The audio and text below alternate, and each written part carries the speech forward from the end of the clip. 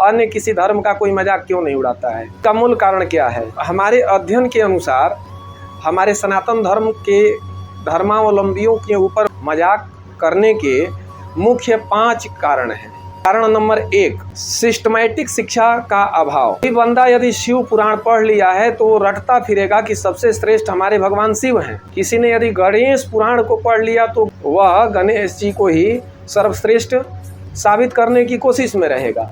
किसी ने यदि भागवत महापुराण को पढ़ लिया या विष्णु पुराण को पढ़ लिया, पद्म पुराण को पढ़ लिया तो भगवान विष्णु को श्रेष्ठ बताएगा। किसी ने सूर्य पुराण को पढ़ लिया या ब्रह्मवैवर्त पुराण को पढ़ लिया तो सूर्य अथवा ब्रह्मा जी की श्रेष्ठता को साबित करते फिरेगा। देवी भागवत पढ़ लिया या मार्कंडेय पुराण पढ़ लिया, दुर्गा सप्तशती का अध्ययन किया होगा तो वह जो है भगवती जगत जननी जगदम्बिका को ही सर्वश्रेष्ठ साबित करने में लगा रहेगा। प्राचीन काल में वेद तथा वेदांग का अध्ययन किया जाता था। चारों वेदों के अध्ययन किए जाते थे। उन चारों वेदों से जो 4 उपवेद बनाए गए उनके अध्ययन किए जाते थे। 108 उपनिषद थे, वैदिक दर्शन होते थे। उन दर्शनों के हम सभी अध्ययन करते थे। अध्ययन कहाँ कराए जाते थे? स्कूलों में? जी नहीं, हमारे यहाँ गुरुजनों के घर ही गुरुकुल हुआ करते थे। आज हमारे समाज में धर्म के बारे में जानकारी ही नहीं है। जो लोग हिंदू परिवार में जीवन यापन कर रहे हैं उनसे ही अगर पूछते हैं कि हिंदू धर्म क्या है तो वे मौन हो जाते हैं। ऐसा क्यों? हिंदुत्व क्या है, हिंदू क्या है, सनातन और हिंदू में अंतर क्या है, इन सब बातों को लोग नहीं जानते हैं क्योंकि उनके पास भगवत गीता पढ़ने का समय नहीं है, वाल्मीकि रामायण का अध्ययन करने का समय नहीं है। महाभारत का अध्ययन करना तो यदा कदा ही कुछ लोग कर पाते हैं। हम देखते हैं कारण नंबर 2 को। मीडिया, सोशल मीडिया तथा भारतीय सिनेमा द्वारा हमारे धर्मों के मजाक उड़ाए जाते हैं। विशेष करके जो हमारे बॉलीवुड है उसमें धर्म की तो धज्जियां उड़ाई जाती है। एक आमिर खान नाम का हीरो है जिसने कि पीके नाम की फिल्म बनाया। अनेकों करोड़ रुपया उसने कमाया उस फिल्म से। उस फिल्म को देखने वाले कौन थे?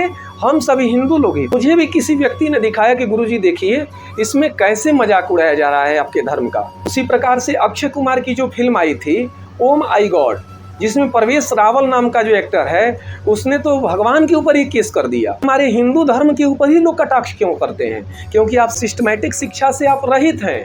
इधर उधर की जानकारियाँ जो मिलती हैं उसी से आप जानते हैं कि हम धर्म की जानकारी रखते हैं। इससे ज़्यादा यूट्यूब पर कोई अच्छे खासे सब्सक्राइबर वाले बाबा मिल जाएंगे, उनके वीडियो आप देखते हैं और उन वीडियो से ही आप जानते हैं कि हमको ये प्रामाणिक जानकारी है।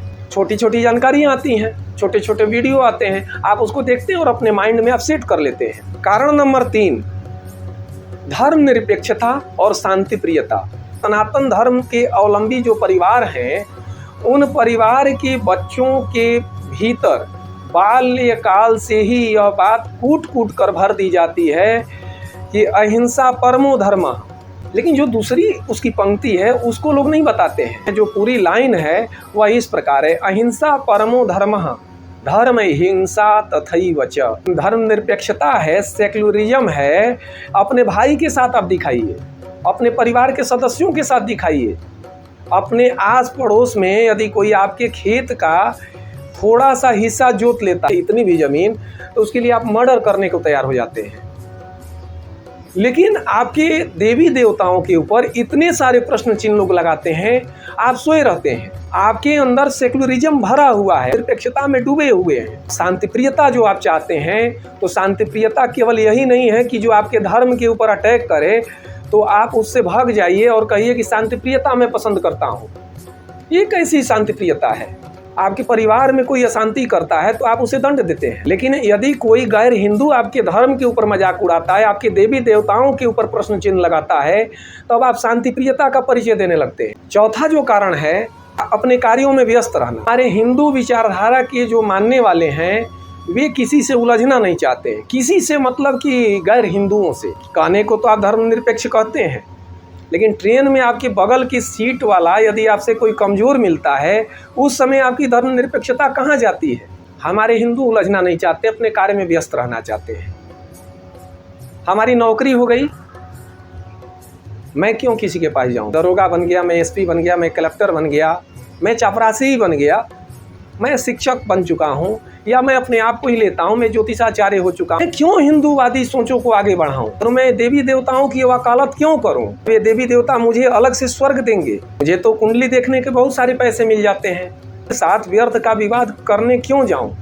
क्या मिलेगा मुझे? उल्टे ही कोर्ट कचहरी के कहीं चक्कर में हम न पड़ जाएं। ज़्यादा से ज़्यादा हम सभी सत्यनारायण भगवान की पूजा करना, नवरात्रि में व्रत रहना या सावन के महीने में कांवड़ यात्रा करना, लोटा जल जाकर सूर्य भगवान को चढ़ा देना या कभी भगवान शिव जी का रुद्राभिषेक कर लेते हैं। क्या इतना ही हमारा हिंदू धर्म है? क्योंकि हमारे पास सब कुछ समय नहीं है। अभी कहीं नृत्य होगा, ऑर्केस्ट्रा इत्यादि प्रोग्राम होगा तो उसको देखने के लिए समय होगा। हिंदू धर्म को जानने के लिए हमारे पास समय नहीं है। व्यस्ततम दिनचर्या ही सबसे बड़ा कारण है। हमारे त्योहारों के ऊपर यदि पाबंदियां लगाई जाती हैं इसलिए हम आवाज़ नहीं उठाते हैं। मैं आपसे एक बात कहना चाहूँगा, अपने बच्चों को धर्म की शिक्षा दीजिए। यदि आप अपने बच्चों को धर्म की शिक्षा नहीं दीजिएगा, अपने बच्चों को भगवत गीता नहीं पढ़ाइएगा तो एक दिन ऐसा आएगा कि आपके जो आने वाली जो पीढ़ियाँ होंगी, जो आने वाली नस्लें होंगी, उनके घर छीन लिए जाएंगे, उनके खेत छीन लिए जाएंगे, उनकी मकानें छीन ली जाएंगी, उनके बच्चे और बीवियों के साथ गलत कार्य होंगे। उस समय आप तो नहीं रहेंगे लेकिन आपके वे बच्चे के लिए आप धन का संग्रह कर रहे हैं, संकलन कर रहे हैं, वे उस धन को भोगने के योग्य रहेंगे ही नहीं इस देश में। इसलिए आप अपने धर्म को जानिए कि आपके ऊपर लोग मजाक क्यों उड़ा रहे हैं। वीडियो पर बने रहने के लिए बहुत बहुत धन्यवाद। यदि आपको पसंद आई हो तो प्रत्येक सनातनी के पास इस वीडियो को अवश्य भेजें।